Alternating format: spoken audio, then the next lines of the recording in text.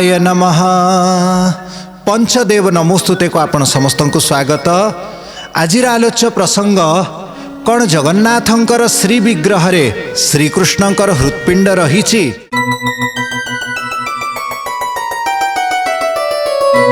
नारद एवं सनकादि ऋषिंकर केमिति भेट होईछि से प्रसंग आपण श्रवण करिसंती। नारद ऋषि कलिजुगर दर्शन करी करी वृंदावन को आसीचंती। सेठी भक्ति देवी ज्ञान वैराग्य को देखिले तीन जन प्राय मरणासन अवस्था को आसी जाइछंती। भक्ति विलाप करुचंती किंतु वृंदावन को स्पर्श करिकी भक्ति देवी पुनर्बार नवजौवन निजर प्राप्त करिचंती किंतु ज्ञान वैराग्य नवजौवन प्राप्त करि पारि नाहंती।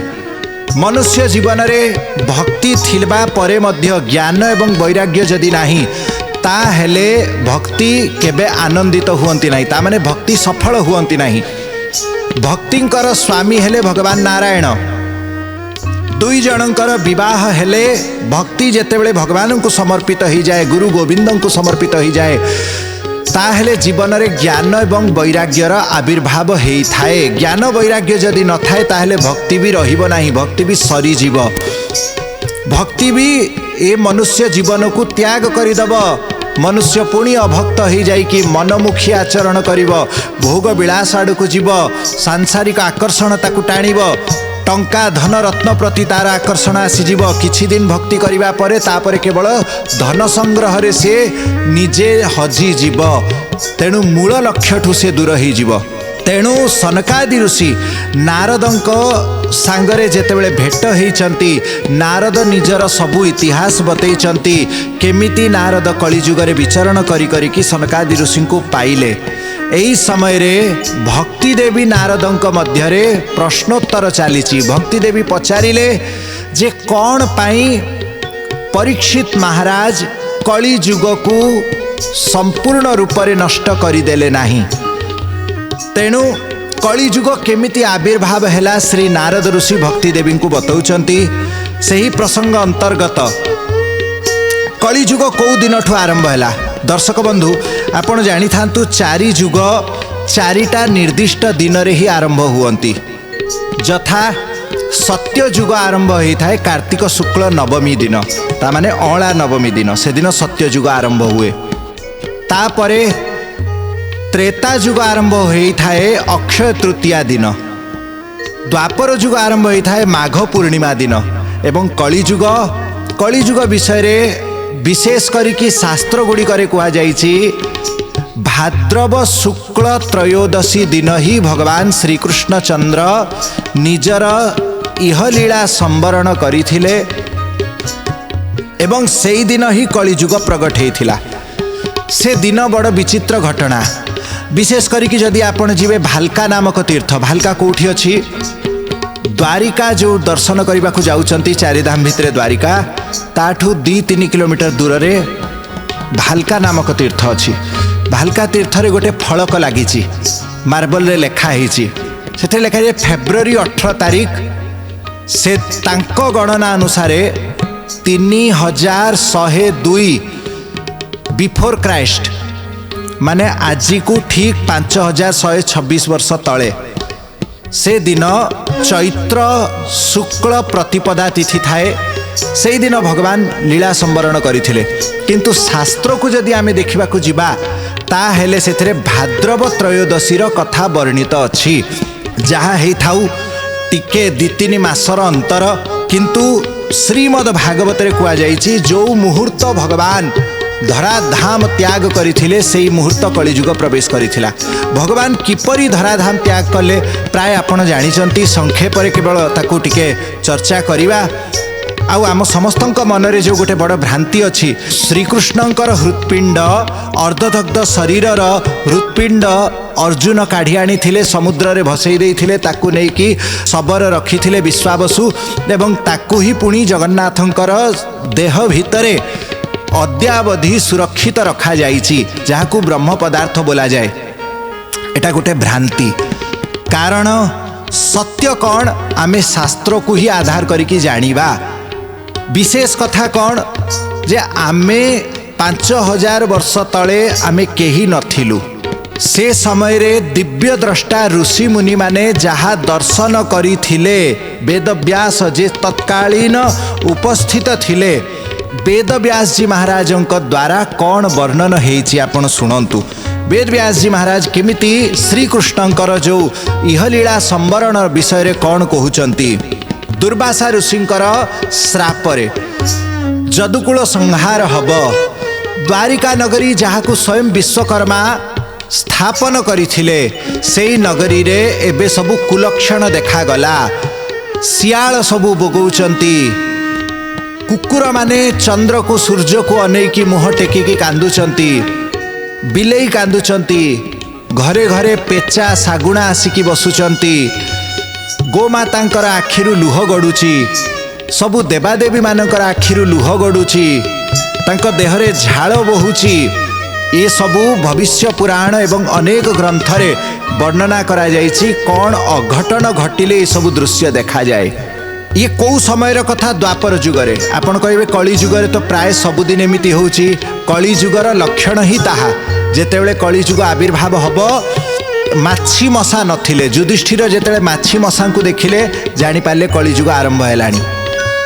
कली जुगर लक्षण ही कुकुर सियाल आदि बुगेइबे, सागुणा चिल एमाने घरे घरे उड़ीबा देखा जिवे। ये सब कली जुगर सामान्य लक्षण कली जुगरे सबु बेले हुए, किंतु अन्य तीन जुगरे सबुदिन हो नथिले। किछि विशेष अघटन घटिले एमिति दृश्य देखा जाए। कारण कली जुगर लक्षण ही अमंगल, प्रतिदिन ही अमंगल देखा जाउछि। आपण जेतेले न्यूज खोलिकी देखिबे कोठी चोरी हैला, कोठी बलात्कार हैला, कोठी किए काहाकू धोखा देला, किए कोठी जळी गला, काहाकू लोक जळई देले पोड़ी देले, ये सबुदिन आपण शुणती कहीं कलिजुग ही अमंगलमय। भक्ति देवी प्रश्न पचारुचंती कहीं परीक्षित महाराज कलिजुग को रखिचंती। सही उत्तर रे श्री नारद जी महाराज वर्णना करुचंती भगवान श्री कृष्णचंद्र देखिले जे सबु अलक्षण सबु द्वारिका रे देखा गलानी, द्वारिका खूब शीघ्र बुड़ी जीव। तेणु भगवान निर्देश देले समस्त वृद्ध जदुवंशी माने, स्त्री माने एवं छोट पिला माने शंखोद्धार नामक तीर्थ को पड़े जातु। समस्त पुरुष जदुवंशी माने आमे जीवा भगवान शिवंक निकट को प्रभास क्षेत्र रे सोमनाथंक पाखक जीवा। समस्ते आसीचंती सोमनाथंक पाखरे, भगवान सोमनाथं को पूजा करिसंती, ब्राह्मणों को दान करिसंती, गोमाता को पूजा करिसंती। भगवान निजे ही कहिसंती जे देव द्विजगवाम पूजा भूतेषु परमो भव विधिरे सहरिष्टघ्नो मंगलायतनमुत्तमम्।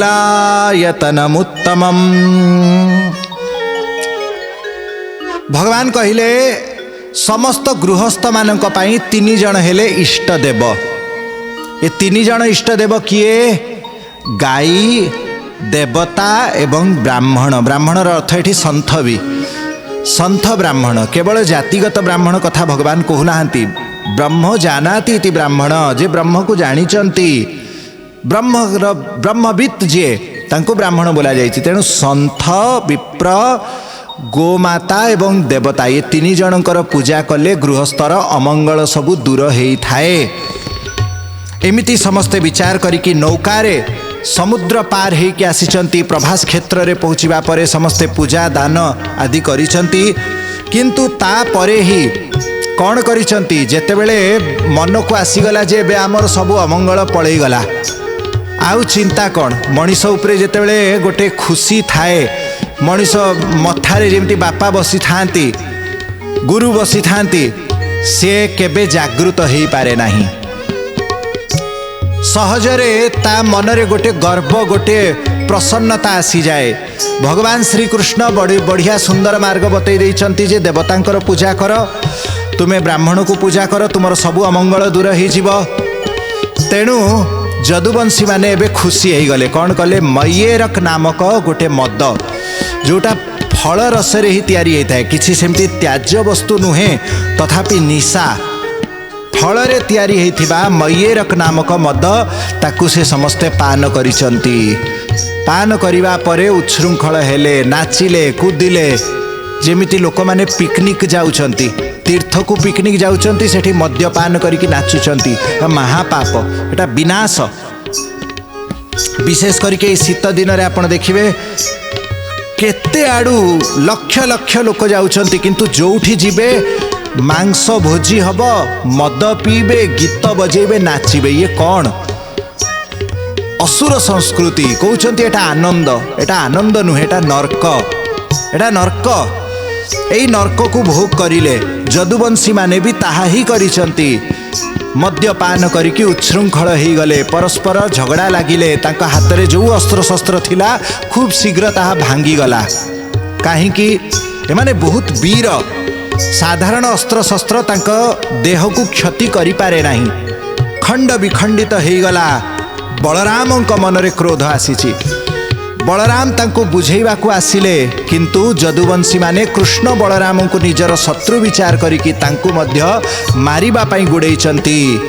भगवान श्री कृष्ण निज हातरे सेही जो एरका नामक घास जो घास उत्पन्न हेइथिला सेही मुसलरू जदुवंशर विनाश जो मुसलरे निहित अछि सेई मुसल रे जोटा को घसीकी पकई दिया जाइथिला समुद्र रे केतेक लोक कहती भीमसेन घसी थिले आउ केतेकंक मतरे जे अन्य केही जदुवंशी घसी थिले ताहा समुद्र पानी रे मिसिकी एरका नामक घास उत्पन्न करिथिला।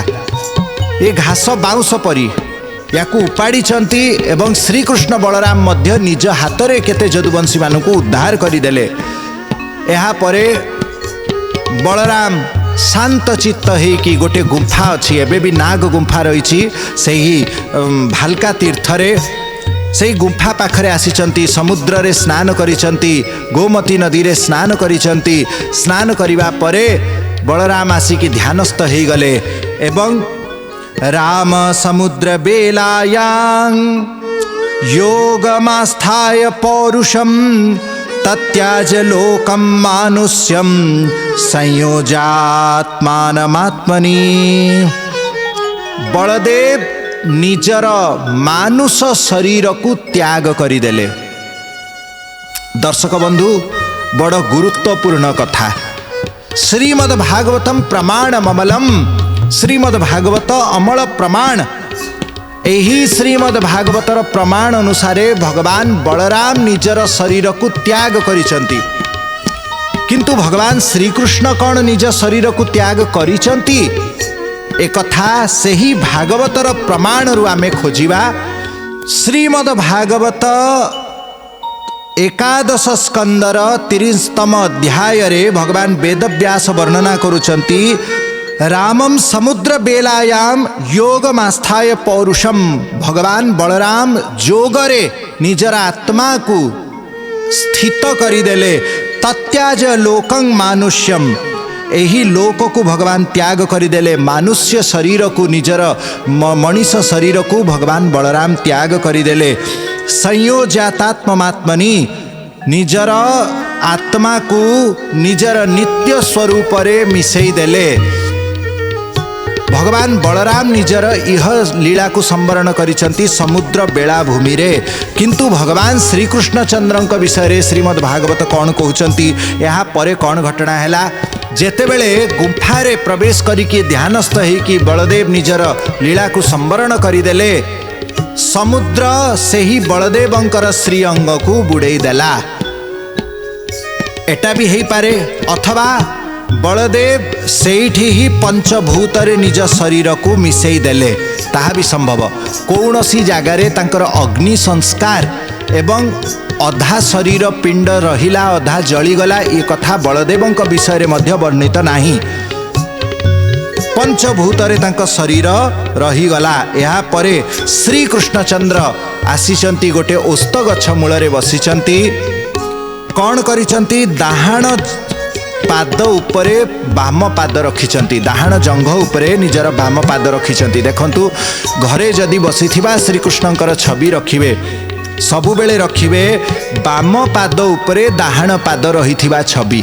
आपण देखिबे जोगी माने महापुरुष मानकर छवि रे मध्य देखिबे सबबेले बाम पाद उपरे दाहाण पाद रहिथिबो। भगवान जेतेले लीला संवरण करिसंती केवल सेही दिन दाहाण पाद उपरे बाम पाद रखिसंती। चंद्र नाड़ी प्रभुंकर चालीची एई समय रे ही प्रभु निजर लीला को संवरण करिवे। भगवानंकर पाद संपूर्ण रक्तवर्णर, जरा नामक व्याध से दूररू ही ये बाण को रखिछि, प्रभुंकर पादरे बाण प्रहार करिछि। पाखरे आसी देखिला चतुर्भुज नारायण, तांको निकटरे शंख चक्र गदा पद्म मूर्तिमान हेकि हाथ जोड़िकी छिड़ा होइचंती। देवता माने आकाशरु पुष्प वर्षा करुचंती। भगवान करुणामय दृष्टि रे समस्तंकु चाहुचंती। एई अवस्थारे जरा व्याध जेतेबेले भगवान को दर्शन करिचंती, साष्टांग पड़गले, बोले प्रभु मते आपण मारी दियंतु, मु बड़ भूल करदेली, हे मधुसूदन आपण मते दंडित करंतु, मु जानी पारिले नहीं। हरिणर पाद बोली विचार करिछि। भगवान कहले, हे जरा व्याध तुमे मोरी इच्छा रे सबु करिच। प्रभुंकर इच्छा रे ही द्वारिका बुड़ीला, प्रभुंक इच्छा रे ही जदुवंश परस्पर लढ़ीचंती, प्रभुंकर इच्छा रे ही आजी से बाण आसिकी प्रभुंकर पादरे लागिछि। सर्प जनान रे कवि सूर्य बलदेव रथ कहउचंती, हे महाप्रभु भक्तर घर किए बुड़ौछि? आपण बुड़ौचंती। आपण परा कहिचंती, जे आमार करे आस्तार करी सर्वनाश, तबु जे ना छाड़े पास, तारामी दासानुदास। जाहाकू चित्ते दया मोर, संपद हरई ताहार। आहा, ब्रह्मन् यमनुग्रहणामि हरिष्ये तद्धनम शनै। भगवान स्वयं निजे कहिचंती, जाहाकू मु कृपा करे तार धन हरण करिनिए। भक्तर घर आपण बुड़े दियंती। अच्छा सत कथा, आपण मनरे विचार करंतु, कौन प्रभु घर बुड़े दियंती? भगवान कौन एते कठोर? भगवान कौन भक्त को खुशी रे देखिबा को चाहंती नहीं? नहीं आज्ञा, भगवान ठारू बड़ दयालु केही नाहंती। जो संपत्ति शिव रावण ही दीन दिए दशमात, सोई संपत्ति विभीषण ही सकुच दीन रघुनाथ।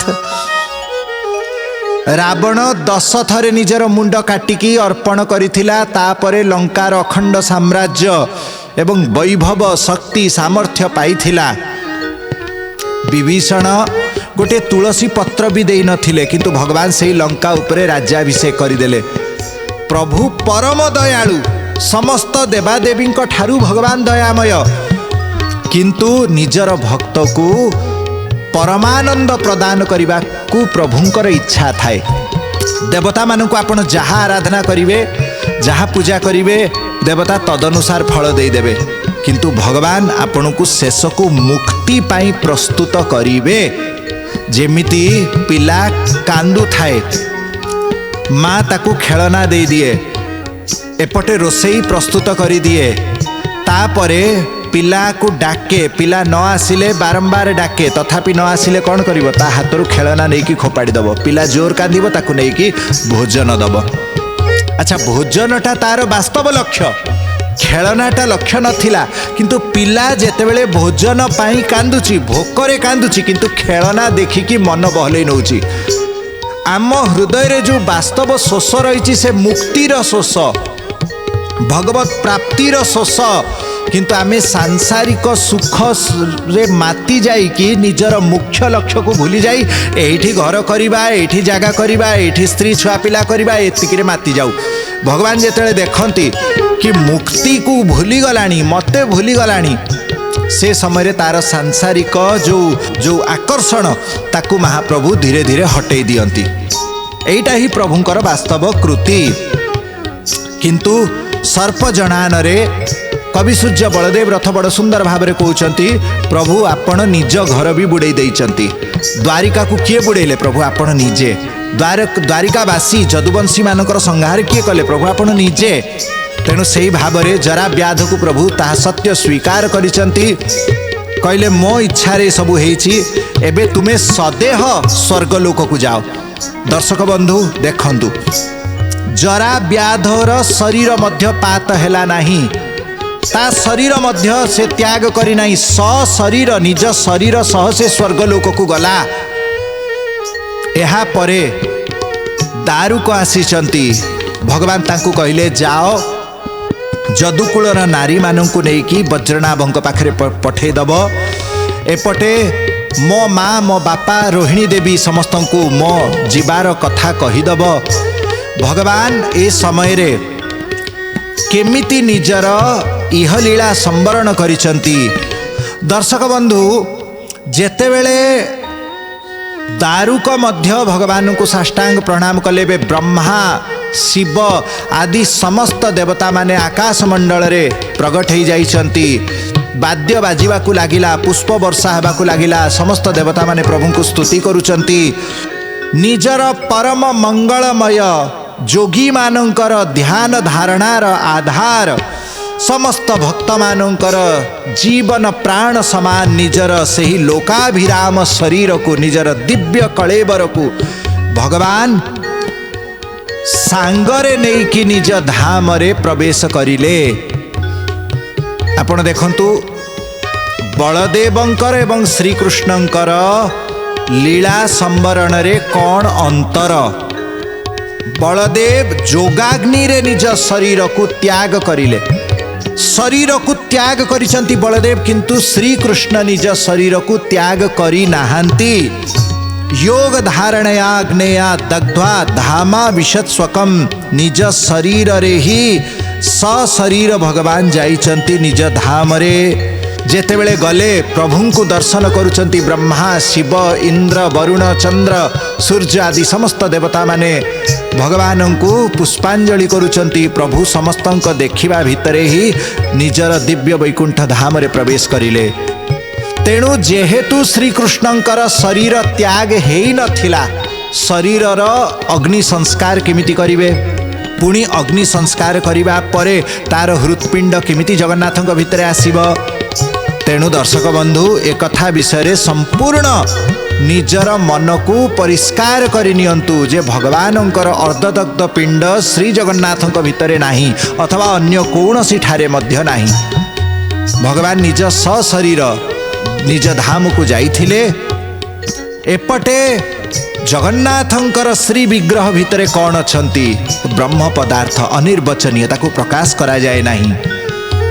विशेष करिकी अन्यान्य समस्त जगन्नाथ मंदिर भितरे शालग्राम को स्थापना करा जाए, किंतु श्रीधाम श्रीक्षेत्र पुरुषोत्तम क्षेत्र रे ब्रह्म पदार्थ किछि रहिचंती ताहा गोपनीय। से विषय रे ना तो जानिबार आवश्यकता रही ना ताहा प्रकाश योग्य। किछि वस्तु गोपन रहिबा ही भल, किंतु श्रीकृष्णंकर हृत्पिंड रही किंबा कई कई कहउछंती बुद्धंकर दांत रही, ये सबू संपूर्ण काल्पनिक कथा। कारण भगवान बुद्धंकर अवतार रो बहुत पूर्वरु श्री जगन्नाथ महाप्रभु विराजमान अछंती। सत्य युग से भी जेतेबेले स्वयंभू मन्वंतर थिला से समयरु भगवान श्री जगन्नाथ अछंती। श्री रामावतार पूर्वरु जगन्नाथ अछंती, श्री कृष्णावतार पूर्वरु जगन्नाथ अछंती, श्री बुद्धावतार पूर्वरु जगन्नाथ अछंती। तेणु जगन्नाथंक भितरे ना रामचंद्रंकर ना कृष्णंकर अंग विशेष ना बुद्धंकर अंश विशेष रहिछि। महाप्रभु जगन्नाथ नित्य निरंतर अछंती। जेतेबेले श्री कृष्णचंद्र निजर लीला को संवरण करिले, देवकी रोहिणी वसुदेव निजर श्रीकृष्ण एवं बलरामंकर लीला संवरण कथा शुणी कि तत्क्षण निजर शरीर त्याग करिदेले। सही समय तांकर शरीर पंचभूत रे विलीन हो गला। एहा परे परे ही कलिजुगर आगमन हैला। ये प्रसंग सुनिबा पई पंचदेव नमस्तुतेर आगामी अध्याय देखंतु। बंदेश्वराय नमः।